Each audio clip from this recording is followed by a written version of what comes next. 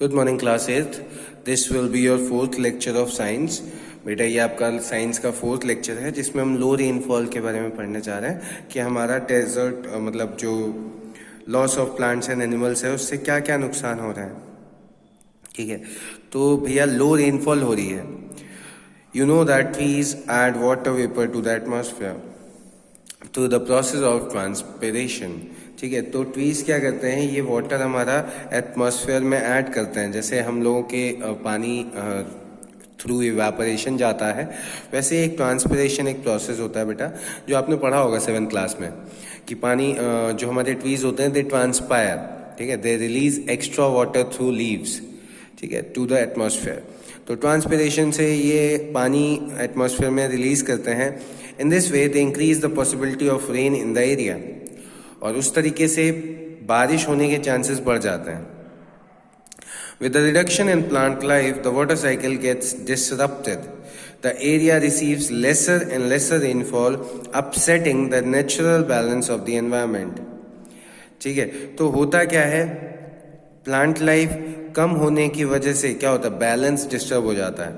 ठीक है, और उसकी वजह से हमारा बारिश कम होने लगती है, और जैसे जैसे बारिश कम होती जाती है हमारा बैलेंस और ज़्यादा खराब ही होता चला जाता है, और फिर वो एरिया बैरन हो जाता है. ठीक है, increase in the level of carbon dioxide.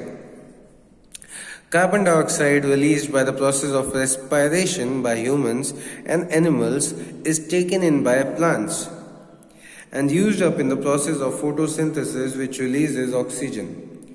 ठीक है, तो बेटा होता क्या है कि प्लांट्स जो हैं वो फोटोसिंथेसिस भी आपने 7th में पढ़ा होगा, एक प्रोसेस होता है जिसकी हेल्प से प्लांट्स अपना खुद का फूड मैन्युफैक्चर करते हैं.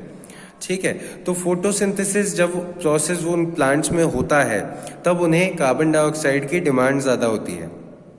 ठीक है, तो अब अगर प्लांट्स नहीं रहेंगे तो कार्बन डाइऑक्साइड जो हम ह्यूमंस रिलीज करते हैं या एनिमल्स रिलीज करते हैं ड्यूरिंग रेस्पिरेशन, वो यूज़ कौन करेगा, तो यूज़ नहीं होगा, तो वो इंक्रीज हो जाएगा हमारे एटमॉस्फेयर में. Deforestation result in high concentration of carbon dioxide. तो डिफॉरेस्टेशन की वजह से हमारे एटमॉस्फेयर में बहुत ज़्यादा हाई कंसंट्रेशन में कार्बन डाइऑक्साइड भर गई है. ठीक है, फिर आ जाता है चेंजेस इन क्लाइमेट. तो the increase level of carbon dioxide leads to increase temperature. ठीक है, इंक्रीज लेवल कार्बन डाइऑक्साइड की वजह से हमारा इंक्रीज टेम्परेचर हो जाता है, रिजल्टिंग इन ग्लोबल वार्मिंग. ठीक है, जिसकी वजह से ग्लोबल वार्मिंग हो रही है. This is known as green house effect, और इसको हम बोलते हैं ग्रीन हाउस इफेक्ट. ठीक है, तो increase level of carbon dioxide increase होने से क्या होता है, हमारा रिजल्ट होता है ग्लोबल वार्मिंग में. ठीक है, carbon dioxide green house gas है, आपको पता है. तो ग्रीन हाउस गैसेस क्या करती हैं, टेम्परेचर इंक्रीज करती हैं अर्थ के एटमॉस्फेयर का. अब कार्बन डाइऑक्साइड इंक्रीज होने से क्या हो रहा है, कहीं ना कहीं ग्लोबल वार्मिंग पे इम्पैक्ट पड़ रहा है, तो ग्लोबल वार्मिंग हमारी बढ़ती जा रही है. ठीक है, natural calamities. Soil erosion makes the land dry and brittle, making it more prone to the landslides. तो पहाड़ों पे जो लैंडस्लाइड्स हो जाती हैं बेटा, वो सिर्फ इस वजह से हो जा रही हैं कि वहाँ पे पेड़ नहीं है.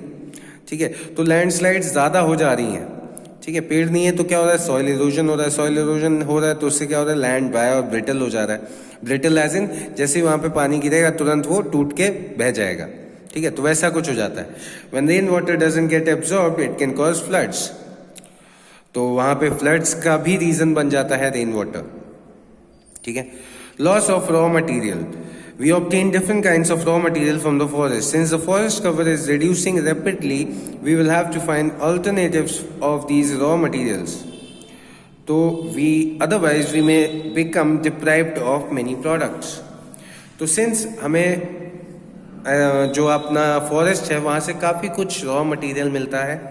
ठीक है, लेकिन क्योंकि हमारे फॉरेस्ट कवर ही कम होता जा रहा है, मतलब फॉरेस्ट ही रिड्यूस होते चले जा रहे हैं, तो उसकी वजह से क्या होगा, आपका रॉ मटेरियल रिड्यूस हो जाएगा. तो एक टाइम ऐसा आएगा कि आपके रॉ मटेरियल्स का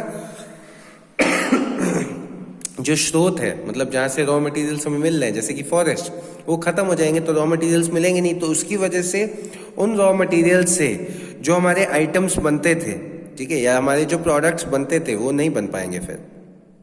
ठीक है, फिर है लॉस ऑफ हैबिटेट. तो the forest provides a habitat for millions of organisms birds and animals. Loss of flora directly affect fauna as they are dependent on each other.